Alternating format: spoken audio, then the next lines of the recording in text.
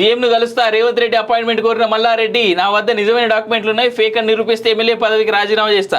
ఇగో వీళ్ళ దగ్గర ఉన్నటువంటి డాక్యుమెంట్లు, ఆ 15 మంది దగ్గర ఉన్నటువంటి డాక్యుమెంట్లు అన్ని కార్బనేటింగ్ చేపియాలి ఫస్ట్. ఆ కార్బన్ టెస్ట్ చేపిస్తే సీఎం ఎందుకు అసలు అధికారుల దగ్గర తెలుసు అదే అంటున్నా, దానికి కార్బన్ టెస్ట్ కనుక చేపిస్తే ఏవి ఒరిజినల్ ఏవి ఫేక్ అనేది అర్థమవుతుంది, అప్పుడు తెలుస్తుంది లెక్కిందనేది.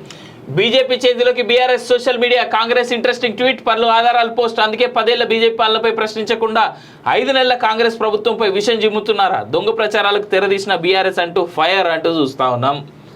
త్వరలో కొత్త రేషన్ కార్డులు, అర్హులైన ప్రతి ఒక్కరికి ఇందిరమ్మ ఇల్లు, ఎన్నికల కోడ్ ముయ్యగానే అభివృద్ధి పనులు. పాలేరు ప్రజలతో మంత్రి పొంగులేటి. చేయాలి సార్, మీరు ఇందిరమ్మ ఇల్లు కట్టాలి, ఇవ్వాలి.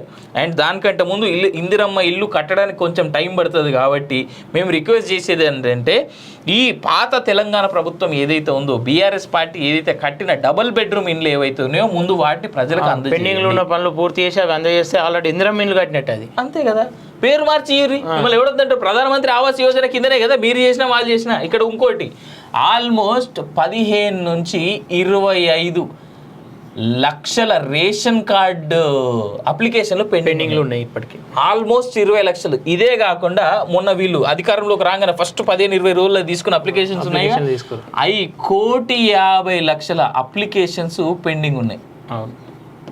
1,50,00,000 ఫస్ట్ ఈ జారీ చేయరు చాలు, ఇవి జారీ చేయరు. తెలంగాణ ప్రజలందరూ మిమ్మల్ని ఎత్తున పెట్టుకుంటారు. నువ్వు రేషన్ కార్డు ఇంతవరకు 10 ఏళ్ళలో ఒక్కటి రాలేదు కాబట్టి నేను చేయరు. మీరు తీసుకున్న స్పెషల్ అప్లికేషన్లు 1,50,000, అప్పటి బీఆర్ఎస్ ప్రభుత్వంలో పెండింగ్లు ఉన్నాయి 20 లక్షలు. ఆ 20 లక్షలలో కూడా ఇళ్ళనే ఉంటాయి అనుకుంటా. ఆ 20 లక్షలు ఇలా కలిపేసుకుందాం సరే, ఈ 1,00,000 ఇచ్చేయరు, 1,00,00,000 ఇచ్చేయరు. ఫస్ట్ పాత పెండింగ్ క్లియర్ చేస్తాయి, అవి ఇచ్చేయరు సార్.